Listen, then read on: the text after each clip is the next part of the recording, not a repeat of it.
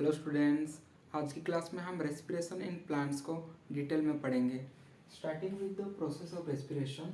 Respiration को हम श्वसन भी कहते हैं। Then what is respiration? Respiration is the process by which living organisms break down food to release energy. यानी कि रेस्पिरेशन वो प्रोसेस है जिस प्रोसेस में लिविंग ऑर्गेनिजम्स, जितने भी लिविंग ऑर्गेनिजम्स हैं वो ब्रेक डाउन करते हैं फूड को। जो भी फूड वो लेते हैं उसको ब्रेक डाउन करते हैं और उसके द्वारा रिलीज होती है एनर्जी यानी कि ऊर्जा रिलीज होती है। तो इस प्रोसेस में हम कंफ्यूज होते हैं रेस्पिरेशन और ब्रीदिंग के बीच में डिफरेंस। रेस्पिरेशन और ब्रीदिंग सेम चीज़ नहीं होती है। So I have noted down here, respiration is not equal to breathing. Breathing is only inhaling and exhaling air. यानी कि ब्रीदिंग एक ऐसा प्रोसेस है जहाँ पे इनहेलिंग यानी कि ऑक्सीजन यानी कि एयर को अंदर लेना और एक्सहेलिंग यानी कि ऑक्सीजन या फिर एयर को बाहर छोड़ना, इस प्रोसेस को हम ब्रीदिंग को कहते हैं। तो यहाँ पे आपको समझने की ज़रूरत है जो रेस्पिरेशन और ब्रीदिंग सेम चीज़ नहीं होती है। ब्रीदिंग एक अलग पार्ट होती है। Next point is respiration happens inside the cells. यानी कि जो रेस्पिरेशन है वो सेल्स के अंदर होते हैं। सेल्स के अंदर इस प्रोसेस घटता है। Respiration happens inside the cells. तो यहाँ पे एक इम्पोर्टेंट क्वेश्चन आ सकता है, वो है व्हाई इज रेस्पिरेशन इम्पोर्टेंट। यानी कि रेस्पिरेशन या फिर श्वसन इम्पोर्टेंट क्यों है?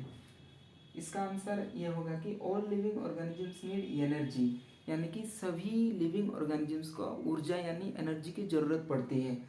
तो एनर्जी के लिए एनर्जी क्यों ज़रूरत पड़ती है? एनर्जी इसीलिए ज़रूरत पड़ती है ताकि ऑर्गेनिजम्स का ग्रोथ यानी कि विकास हो, मूवमेंट कर सके यानी कि गति कर सके, रिपेयर यानी कि डिफरेंट टिश्यू का मरम्मत हो सके, और रिप्रोडक्शन यानी कि प्रजनन कर सके। तो इसीलिए लिविंग ऑर्गेनिजम्स को एनर्जी की ज़रूरत पड़ती है। तो students, energy is release in the form of ATP. जो एनर्जी रिलीज होता है वो एटीपी के फॉर्म में रिलीज होता है। एटीपी का फुल फॉर्म क्या है? ATP that is adenosine triphosphate. तो students, energy is released in the form of ATP that is adenosine triphosphate. तो नेक्स्ट क्वेश्चन आएगा, डू प्लांट्स रिपेयर। यानी कि जो प्लांट्स है क्या वो रिपेयर करते हैं? ऑफ कोर्स, इसका आंसर है यस, प्लांट्स रिपेयर। बस एनिमल्स से बस डिफरेंस ये होता है कि plants do not have lungs. यानी कि जैसे कि एनिमल्स के केस में रेस्पिरेशन में लंग्स का यूज होता है, वैसे प्लांट्स के केस में नहीं होता है क्योंकि प्लांट्स में लंग्स होता ही नहीं है। नेक्स्ट पॉइंट है respiration occurs in all plant cells. यानी कि प्लांट के जितने भी सेल्स है सभी सेल्स में रेस्पिरेशन होता है। नेक्स्ट पॉइंट है plant respire day and night. यानी कि जो प्लांट है वो डे को भी नाइट को भी रेस्पायर करते रहते हैं। तो स्टूडेंट्स, यहाँ पे हम क्लास 7 साइंस चैप्टर 6 का रेस्पिरेशन इन प्लांट्स चैप्टर में यानी कि श्वसन, पौधे में श्वसन कैसे होता है, इसका इंट्रोडक्शन पढ़े। तो एक बार रिवीजन कर लेते हैं। Respiration is the process by which living organisms break down food to release energy. यानी कि रेस्पिरेशन वो प्रोसेस है जिस प्रोसेस में लिविंग ऑर्गेनिजम्स यानी कि हम या फिर मतलब लिविंग ऑर्गेनिजम्स का मतलब यहाँ पे हम प्लांट्स को ले रहे हैं क्योंकि प्लांट्स रेस्पिरेशन पढ़ रहे हैं। तो प्लांट्स क्या करता है, इस प्रोसेस में ब्रेक डाउन करता है फूड को टू रिलीज एनर्जी। यानी कि जो फूड होता है उसको ब्रेक डाउन करता है और फूड से क्या बनता है? फूड से बनता है, फूड को ब्रेक डाउन करने के बाद बनता है एनर्जी। और यहाँ पे आप कंफ्यूज हो सकते हैं ब्रीदिंग और रेस्पिरेशन में। ब्रीदिंग का मतलब है एयर को अंदर लेना, एक्सेल करना, बाहर छोड़ना, बस इतना ही होता है। लेकिन रेस्पिरेशन सिर्फ एयर को इनहेल और एक्सेल करना नहीं होता है। और जो एयर होता है मतलब रेस्पिरेशन होता है वो इनसाइड द सेल, यानी कि प्लांट्स में जितने भी सेल्स होते हैं सेल्स के इनसाइड अंदर होता है रेस्पिरेशन प्रोसेस। इसके बाद हम पढ़े थे why respiration is important. Respiration important क्यों है? क्योंकि all living organisms need energy, सबको ऊर्जा की जरूरत पड़ती है। किस लिए? लिविंग ऑर्गेनिजम्स यानी कि प्लांट्स को ग्रोथ करना है, मूवमेंट करना है, मरम्मत रिपेयर करना है, प्रजनन करना है, रिप्रोडक्शन करना है, तो इसीलिए एनर्जी जरूरत पड़ती है और एनर्जी के लिए रेस्पिरेशन का प्रोसेस होना नीड है। Energy is release in the form of ATP. Energy ATP adenosine triphosphate की फॉर्म में रिलीज होती है। और यहाँ पे हम और एक क्वेश्चन का आंसर देखे थे कि डू प्लांट्स रिपेयर, क्या प्लांट्स भी रिपेयर करते हैं? तो यहाँ पे yes, plant also repair. Difference बस ये होता है कि plants do not have longs, longs नहीं होता है। Respiration occurs in all plant cells, सभी प्लांट सेल्स में होता है। और प्लांट रेस्पायर करता है डे और नाइट में। ये सॉरी गाइस, ये रिपायर नहीं होगा, ये रेस्पायर होगा। रेस्पायर, रेस्पायर होगा, ये रेस्पायर। तो इस क्लास में हम इंट्रोडक्शन क्या क्या है रेस्पिरेशन इन प्लांट्स के बारे में पढ़े। नेक्स्ट क्लास में हम आगे का पढ़ेंगे। Thank you so much. श्वसन की प्रक्रिया कैसे होती है? तो स्टूडेंट्स यहाँ पे एक चीज़ ध्यान रखना, प्रोसेस ऑफ रेस्पिरेशन बहुत सिंपल है। श्वसन की प्रक्रिया, जहाँ पे जो ग्लूकोज यानी कि जो प्लांट्स में लीव्स में जो फूड बना होता है, ग्लूकोज, ग्लूकोज के साथ जब ऑक्सीजन मिलता है, जब ग्लूकोज में ऑक्सीजन मिलता है तब क्या होता है? रिएक्शन के बाद कार्बन डाइऑक्साइड, वाटर और एनर्जी बनता है। तो रेस्पिरेशन में बस यही होता है, कार्बन डाइऑक्साइड बनता है, वाटर और एनर्जी रिलीज होते हैं। तो why does respiration occurs in plants, यानी कि प्लांट्स में जो श्वसन यानी कि रेस्पिरेशन की प्रक्रिया कहाँ पे होती है? यहाँ पे आप लोग नोट कर सकते हैं, respiration occurs in leaves, leaves में भी होती है, स्टेम्स, स्टेम्स में होती है, और रूट्स यानी कि प्लांट्स के हर पार्ट्स के सभी सेल्स में रेस्पिरेशन होती है, लीव्स में, स्टेम्स में और रूट्स में। यहाँ पे gas exchange happens through stomata, यानी कि जो लीव्स है, जो भी प्लांट में लीव्स है, लीव्स में कैसे गैस एक्सचेंज होता है, गैस का आना जाना कैसे होता है? स्टोमाटा के थ्रू, जिसको हम रंध्र भी कहते हैं। और जो स्टेम्स है, प्लांट के स्टेम्स में लेंटिसेल्स होते हैं, लेंटिसेल्स के थ्रू गैस एक्सचेंज होता है। और जो रूट्स के केस में रूट हेयर्स होते हैं, जड़ की जो रम होते हैं, उनके थ्रू गैस एक्सचेंज होता है। तो स्टूडेंट्स यहाँ पे मेनली जो रेस्पिरेशन की प्रक्रिया है वो तीन, मतलब प्लांट्स के तीन पार्ट्स में होता है, रूट्स में, लीव्स में और स्टेम्स में। तो एक एक करके यहाँ पे स्टडी करते हैं। फर्स्ट है रेस्पिरेशन इन लीव्स, यानी कि श्वसन, लीव्स में श्वसन कैसे होता है? Leaves have tiny pores called stomata, जो कि आपको पता होगा।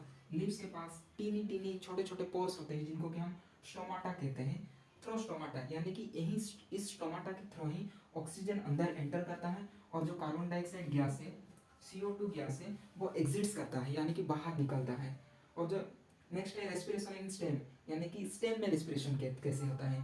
जो भी वुडी स्टेम्स होता है, हम स्मॉल ओपनिंग्स कॉल्ड लेंटिसेल्स, यानी कि जो भी वुडी स्टेम्स होता है, स्टेम्स में छोटे छोटे ओपनिंग्स होते हैं, जिनको कि हम लेंटिसेल्स कहते हैं। तो स्टूडेंट्स, लेंटिसेल्स जो कि हेल्प करते हैं गैस को एक्सचेंज करने में। और जो नेक्स्ट है वो है रेस्पिरेशन इन रूट्स, मतलब जड़ में कैसे श्वसन होता है। Roots take oxygen from air present in soil, यानी कि सॉइल में जो एयर है वहाँ से ऑक्सीजन लेता है रूट्स। और if soil is water log, यानी कि अगर जो सॉइल है जहाँ पे वो प्लांट है, अगर पानी पूरा जमा होकर के ज़्यादा पानी रहे वहाँ पे, तो क्या होता है? Roots can not get oxygen, यानी कि रूट्स ऑक्सीजन नहीं पाता है, और इसी के कारण प्लांट में डाई, यानी कि प्लांट मर भी सकता है। इसीलिए over watering is harmful in plants, इसीलिए ओवर वाटरिंग, ज़्यादा पानी देना या फिर ज़्यादा पानी जमा करना प्लांट्स के लिए हार्मफुल हो सकता है। क्यों? क्योंकि अगर ज़्यादा पानी जमा होकर रहेगा तो रूट्स ऑक्सीजन ले नहीं पाएगा, अगर ऑक्सीजन ले नहीं पाएगा तो रेस्पिरेशन नहीं होगा, और रेस्पिरेशन नहीं होगा तो प्लांट्स गेट्स डाई। तो स्टूडेंट्स यहाँ पे इस क्लास में हम क्या पढ़े, रिविजन कर लेते हैं। प्रोसेस ऑफ रेस्पिरेशन, यानी कि श्वसन की प्रक्रिया। श्वसन की प्रक्रिया में मेनली हम ग्लूकोज के साथ जब ऑक्सीजन, प्लांट जब ऑक्सीजन लेता है, क्या होता है? प्लांट जब ऑक्सीजन लेता है वहाँ पे कार्बन डाइऑक्साइड और उसके साथ साथ वाटर और एनर्जी रिलीज होते हैं। इस प्रोसेस को ही हम रेस्पिरेशन कहते हैं। जो रेस्पिरेशन की प्रोसेस प्लांट्स में, लीव्स में, स्टेम्स में और रूट्स में होती है। और गैस एक्सचेंज जो हम तीन में एक एक चीज में किसके थ्रू होता है, जैसे कि लीव्स में स्टोमाटा के थ्रू होता है, और स्टेम्स में लेंटिसेल्स होते हैं, उनके थ्रू होता है, और रूट्स में रूट के जो हेयर्स होते हैं, रूट हेयर्स के थ्रू होता है। और एक एक करके हम रेस्पिरेशन लीव्स में कैसे होता है श्वसन, स्टेम में कैसे होता है, और जड़ में कैसे श्वसन होता है, ये सारी चीज़ देखें हम। टाइप्स ऑफ रेस्पिरेशन यानी कि जो श्वसन होता है उसके प्रकार क्या क्या हैं। जनरली रेस्पिरेशन टू टाइप्स के होते हैं, एक होता है एरोबिक रेस्पिरेशन और दूसरा होता है एनएरोबिक रेस्पिरेशन। तो इस क्लास में हम दो रेस्पिरेशन के टाइप्स को डिटेल में पढ़ेंगे। तो स्टार्ट करते हैं विद एरोबिक रेस्पिरेशन, यानी कि वो उस टाइप की श्वसन जहाँ मतलब ऑक्सीजन की उपस्थिति में होती है, यानी कि जहाँ presence of oxygen occurs in presence of oxygen, यानी कि ऑक्सीजन की उपस्थिति में अगर कोई टाइप की श्वसन हो तो उसको हम एरोबिक रेस्पिरेशन कहेंगे। उसमें क्या होता है, एरोबिक टाइप का रेस्पिरेशन प्रोड्यूस करता है कार्बन डाइऑक्साइड, गैस के साथ साथ वाटर और लार्ज अमाउंट ऑफ एनर्जी, यानी कि बहुमात्रा में ऊर्जा का रिलीज होता है एरोबिक रेस्पिरेशन में। ये this is the normal respiration in plants, यानी कि प्लांट्स में जो नॉर्मल टाइप का रेस्पिरेशन ज़्यादातर दिखती है तो ये है, दैट इज एरोबिक रेस्पिरेशन। और जो सेकेंड टाइप का रेस्पिरेशन होता है वो है एनएरोबिक रेस्पिरेशन, एनएरोबिक रेस्पिरेशन।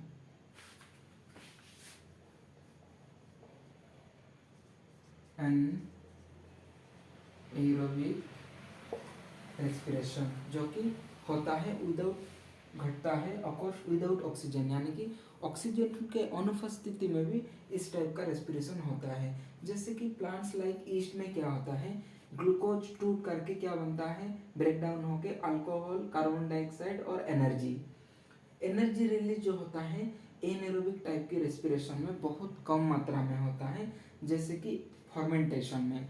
अगर हम ईस्ट में कैसे रेस्पिरेशन होता है उसको डिटेल में समझें तो हम समझ सकते हैं। रेस्पिरेशन इन ईस्ट जो कि है एक टाइप का फंगस है। इन एब्सेंस ऑफ ऑक्सीजन की अनुपस्थिति में ये प्रोड्यूस करता है अल्कोहल, उसके साथ साथ carbon dioxide. This process is used in, यानी कि ये प्रोसेस यूज किया जाता है ब्रेड मेकिंग में और वाइन मेकिंग में, मेनली ब्रेड मेकिंग में और वाइन मेकिंग में यूज किया जाता है। जो कार्बन डाइऑक्साइड है वो जो डफ है उसको ब्रेड के केस में राइज करने में मदद करता है। कार्बन डाइऑक्साइड गैस जो डफ